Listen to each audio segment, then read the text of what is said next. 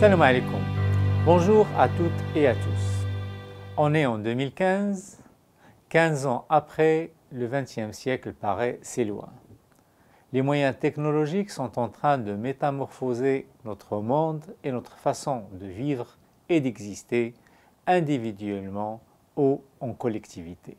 Le monde est rendu un petit village effectivement, mais paradoxalement, l'incompréhension, la méfiance et le manque de communication se retrouvent à leur paroxysme. Avant de parler d'avenir, il suffit d'un coup d'œil rapide dans le rétroviseur de l'année 2014 pour se rendre compte à quel point elle était particulièrement rude pour les Canadiens et Québécois musulmans. Ce regard est important car il nous permettra d'évaluer notre rendement et éventuellement d'en tirer des enseignements pour le présent et le futur. 2014 aura été sans doute une année lourde de malaise pour nous, du début jusqu'à sa fin. Comme pour chaque nouvelle phase de vie, elle est toujours sage d'avoir une vision ou une stratégie pour parcourir ces 365 nouveaux jours avec ces différentes échéances naturelles et humaines. Quoique l'imprévu nous prend souvent de court et arrive à nous déstabiliser, quoi qu'on s'y prépare. Pour mieux affronter le froid, on sait évidemment comment s'y prendre. Mais ce qui nous préoccupe, ce sont ces différentes vagues de haine contre nous, les Québécois musulmans. Cette crainte est devenue une hantise, même pour nos enfants désormais. Mon édito, qui est une modeste contribution au débat public, s'adresse à tout le monde, mais particulièrement à mes concitoyens d'origine maghrébine. Il se trouve qu'ils font partie des communautés musulmanes. Personnellement, je ne connais pas suffisamment les communautés turques, pakistanaises ou afghanes par exemple. En tout cas, pas assez pour prétendre m'adresser à elles. Donc, pour être précis quant à mon public, c'est à ma communauté maghrébine que je m'adresse, même si le mot communauté me dérange de plus en plus, car il verse vite dans le sens du cloîtrement et du ghetto, chose que j'essaye justement d'éviter. Le défi serait donc de savourer fièrement notre vie ici, sans être déstabilisé par ce qui pourrait surgir comme méfait au nom de notre religion. Avant d'aborder la réponse, regardons un peu dans le rétroviseur pour revoir certains grands moments de l'année qui s'achève. 2014 a fini comme il a démarré, dans le malaise. Revoyons d'abord la dure épreuve de la charte. Il y a environ 20 ans, je me promenais seul dans les rues de Montréal et j'étais en sécurité. Mais plus maintenant, car les gangs de rue ont pris le contrôle. J'ai rembarqué dans l'autobus puis j'ai dit, ça se peut-tu? Aller briller à quatre pattes sur un tapis. Mais là, M. Coder, là, il veut avoir tout ce monde-là. Avec quoi il va se faire protéger? Là? Il n'y a plus en Afghanistan. Puis en Afghanistan, comme je dis, là, je suis certain qu'il y a eu 3 ou 4 fois plus de meurtres à Montréal depuis l'an 2000 qu'il y a eu des morts en Afghanistan, notre gang. C'est les étudiants de McGill riches qui sont là. Et puis, ils demandent, bon, on va avoir une journée. Bon, alors ils payent. Et là, dans quelques mois, c'est eux qui ont la piscine tout le temps. Mais c'est ça le grugeage. C'est ça dont on a peur. Et c'est ça qui va arriver s'il n'y a pas de charte. Le 7 avril, les urnes ont chassé le PQ et sa charte.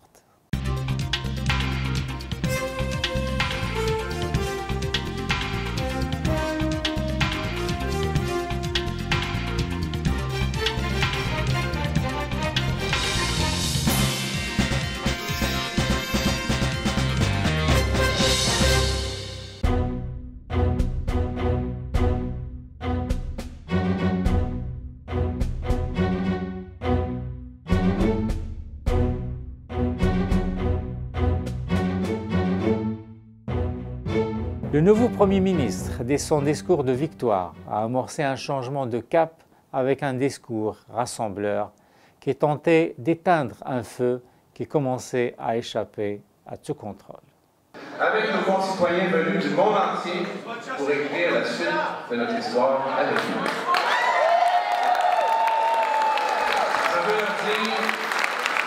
Je veux leur dire, le temps des blessures est derrière nous. Bienvenue. Vous êtes chez vous.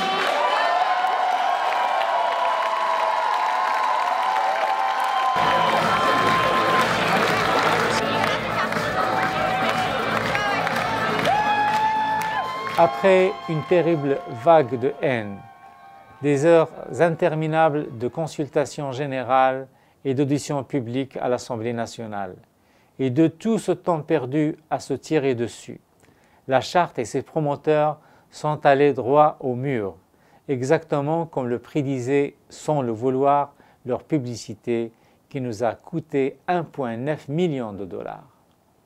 Un gâchis sur toute la ligne. Après quelques mois d'un semblant d'accalmie, les 20 et 22 octobre 2014, soit à 2 jours d'intervalle, 2 fous perpètrent 2 attentats à Saint-Jean-sur-Richelieu et à Ottawa. Résultat immédiat, les Canadiens et Québécois musulmans se retrouvent à nouveau sur la sellette.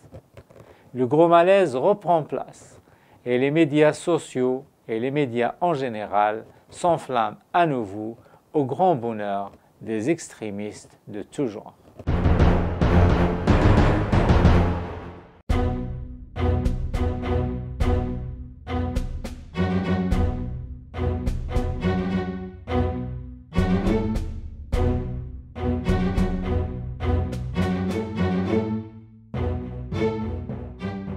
Heureusement, le Premier ministre québécois intervient au lendemain des attentats. Et quelques jours après, il rencontre des membres des communautés musulmanes afin de voir comment sévir contre la radicalisation et l'islamophobie. Initiative louable, mais jusqu'à date, aucun plan d'action n'a été annoncé. La réaction des communautés musulmanes était généralement positive. Nos concitoyens ont tenu à rejeter toute forme de violence tout en refusant de se culpabiliser et tout en insistant sur le fait que ces crimes ne les concernent pas forcément, même si les coupables sont ou prétendent être des musulmans.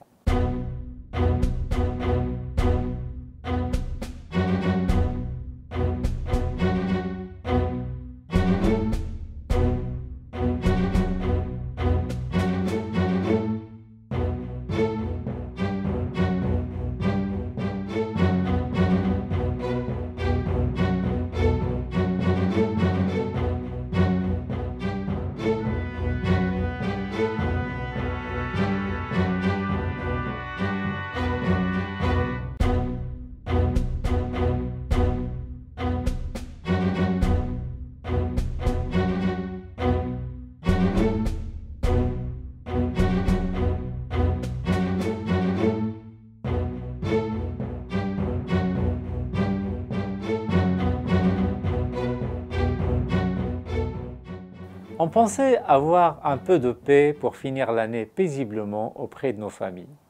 Mais voilà qu'une nouvelle flèche est tirée à l'endroit des musulmans et leur lieu de culte, les mosquées. Des flèches tirées par qui? Pas par un politicien, ni par un journaliste, et encore moins par un artiste, mais par un haut représentant de notre sécurité.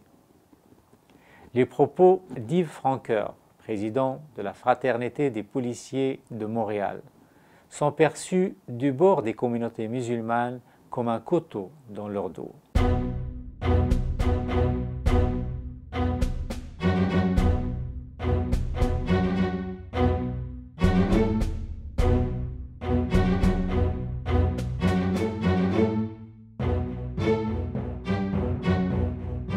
Ces propos surprenants et inattendus sont venus donner un nouveau coup terrible à l'image des Québécois et surtout des Montréalais musulmans qui demeurent les premiers alliés dans le combat dans notre société contre la radicalisation et les violences qui peuvent en résulter. Pire que ça, il s'agit d'un regard réducteur pour ne pas dire méprisant à l'égard du caractère multiethnique de Montréal, chose que le maire Denis Coderre n'a pas tardé à déplorer en invitant M. Francoeur à préciser sa pensée. Désormais, les mosquées seront perçues comme des fabriques à méchants et Montréal, notre ville cosmopolite, comme une bombe à retardement. Tristes propos qui continueront de faire des vagues.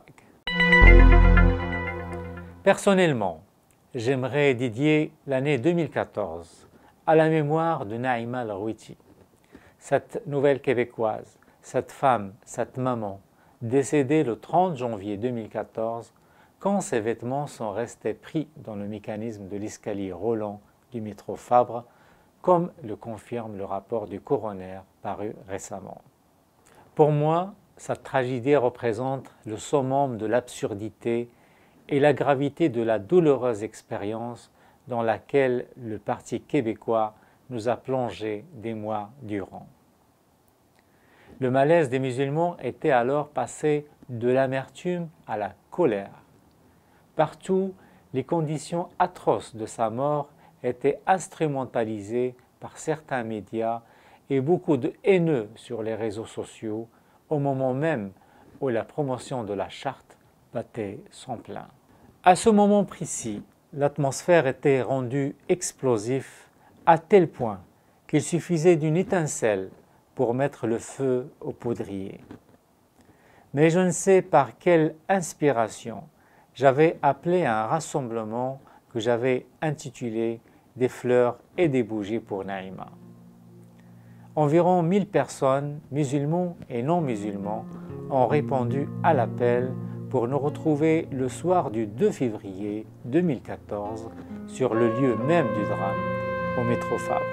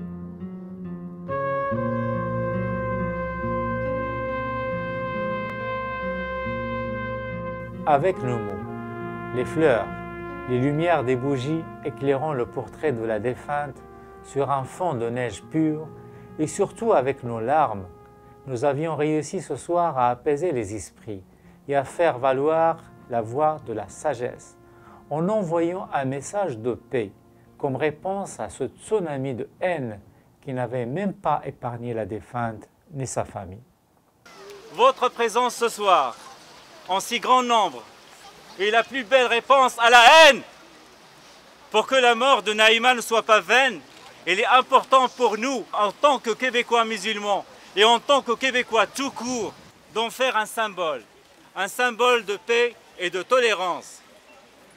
Alors, chers amis, et par amour à la défunte, ne cédez pas à la provocation, ne laissez pas la colère s'emparer de vos cœurs. Et surtout, ne répondez pas à la haine par la haine. Mes enfants m'ont demandé plus tard, comme pour me taquiner, pourquoi j'avais appuyé sur le mot « haine ». Et je leur ai répondu que ce mot est sorti de moi de cette façon sans le préméditer, tellement j'avais gros sur le cœur. Cette expérience m'a marqué et m'a convaincu du rôle que j'ai à jouer comme messager de paix. Les pyromanes sont hélas trop nombreux, alors que les pompiers manquent cruellement à l'appel. 2014, c'est aussi d'autres membres de notre communauté qui nous ont quittés dans des conditions aussi injustes et injustifiées, laissant des familles endeuillées et beaucoup de points d'interrogation. Là encore, la communauté était solidaire et mobilisée.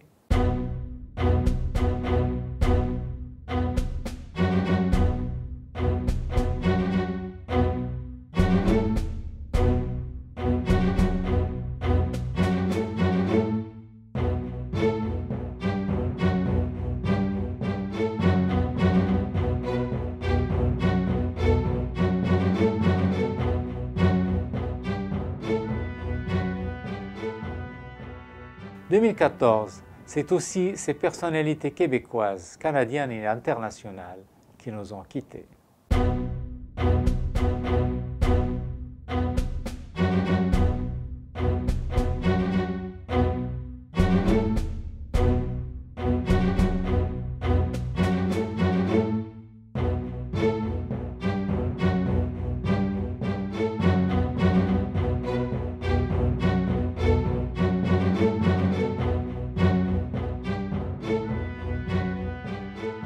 Après la catastrophe du lac Mégantic en 2013, le Québec était une nouvelle fois endeuillé par la terrible incendie de l'île Verte qui a fauché la vie à 32 aînés.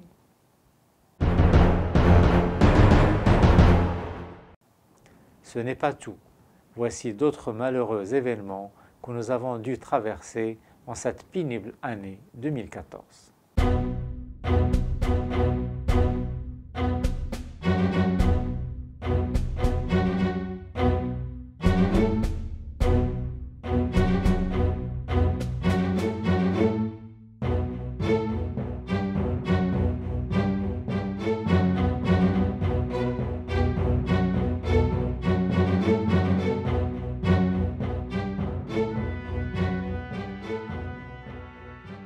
Heureusement, en 2014, il y avait aussi des moments où nous étions unis et heureux comme Canadiens, Québécois, Montréalais, Algériens, Marocains, etc. Mais ce n'est pas grâce à la politique ni aux politiciens.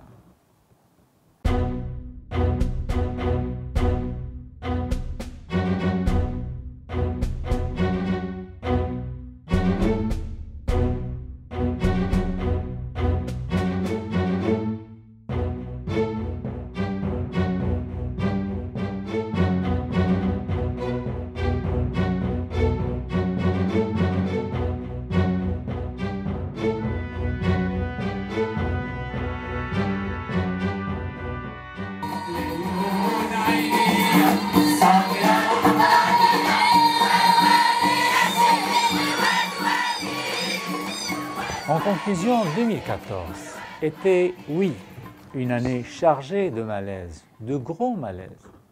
Mais à regarder le bilan, je me dis qu'on n'était pas si pire finalement. Notre réaction, notre présence, notre sagesse, notre mobilisation, notre soif de faire la fête, de manger, de boire, d'inviter, notre envie de vivre en paix, notre rejet de la haine, de l'extrémisme et de la petite politique de la division. Tout cela me fait dire que nous avons eu droit à de gros malaises, mais qui sont finalement de beaux malaises. De beaux malaises, oui, car ils nous ont secoués, bousculés, ils nous ont réveillés de notre hibernation et de notre indifférence. Ces épreuves que nous avons traversées avec dignité doivent nous enseigner qu'ensemble, on peut avoir du poids, on peut se faire entendre et se faire respecter. Ensemble, on est capable de mettre en échec ces manipulateurs qui pensaient que taper sur l'islam et les musulmans serait payant et tellement facile. Je vous félicite, on se félicite, mais ne lâchons pas, car c'est loin d'être fini ou gagné.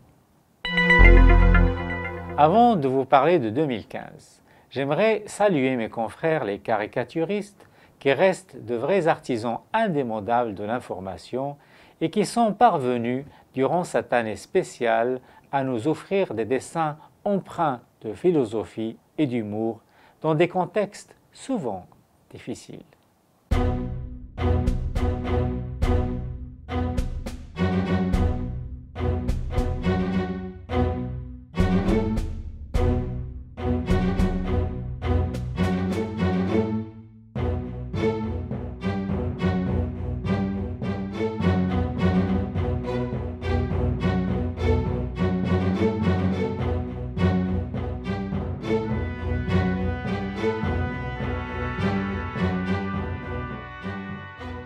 Chers amis, il est temps de passer à une nouvelle étape. 2015 devra être l'année de la citoyenneté. Une citoyenneté pleine et entière. Une citoyenneté qui va au-delà du passeport. une citoyenneté ressentie dans la tête et dans le cœur, car il est temps de l'exercer, cette citoyenneté, et de la mettre en pratique à tous les niveaux, social, culturel, économique et politique. Prenons notre place, organisons-nous, aidons-nous les uns les autres, valorisons-nous, soyons fiers, soyons dignes et oublions le négativisme, l'échec et l'attentisme. C'est à nous de chercher des idées et des propositions, car personne ne le fera à notre place. C'est uniquement par l'implication et la persévérance que nous arriverons à nous imposer comme citoyens modèles, ce qui représentera la meilleure façon pour baliser le chemin à nos enfants. L'étiquette religieuse ne doit plus nous coller à la peau. Et très honnêtement, je n'ai plus envie de parler en tant que musulman, mais en tant que citoyen ou en tant que professionnel, point barre. Car ma religion est une affaire personnelle et intime qui ne concerne que moi. Alors, soyons méditerranéens, joyeux, bruyants, fêtards, aimons la vie, profitons des saisons et des heureux moments qui se présentent à nous pour parler à nos enfants et prendre soin de nos familles. Voyageons, découvrons, parlons, laissons-nous émerveiller par la beauté des espaces extraordinaires qui nous entourent. Le Québec est un grand territoire magnifique. Les Québécois sont aussi un peuple chaleureux. Partons dans les régions pour découvrir ses concitoyens simples et spontanés et en même temps nous faire découvrir. Nos pays d'origine sont dans nos cœurs et nos veines, mais ici, c'est aussi chez nous, et quoi qu'il arrive, nous ne devrons jamais céder. Une arme suffira pour triompher de ce combat, l'amour. S'aimons l'amour pour récolter le respect. J'invite mes confrères des médias, les associations et chaque concitoyen à titre personnel, et surtout ceux qui font partie de cette majorité silencieuse, afin de nous venir en renfort, car leur contribution est essentielle pour changer les choses. J'aimerais réitérer que je n'ai rien contre les religieux et que je respecte leur rôle de diffuseur de paix et de spiritualité. Par contre, ceux qui utilisent leur autorité pour nous bâillonner, ceux-là devront nous laisser tranquilles, car nous refusons d'être perçus comme des religieux. Qu'ils comprennent une fois pour toutes que nous sommes des citoyens canadiens et québécois qui ne se laisseront plus manipuler par quiconque. Bonne et heureuse année et place à l'action citoyenne.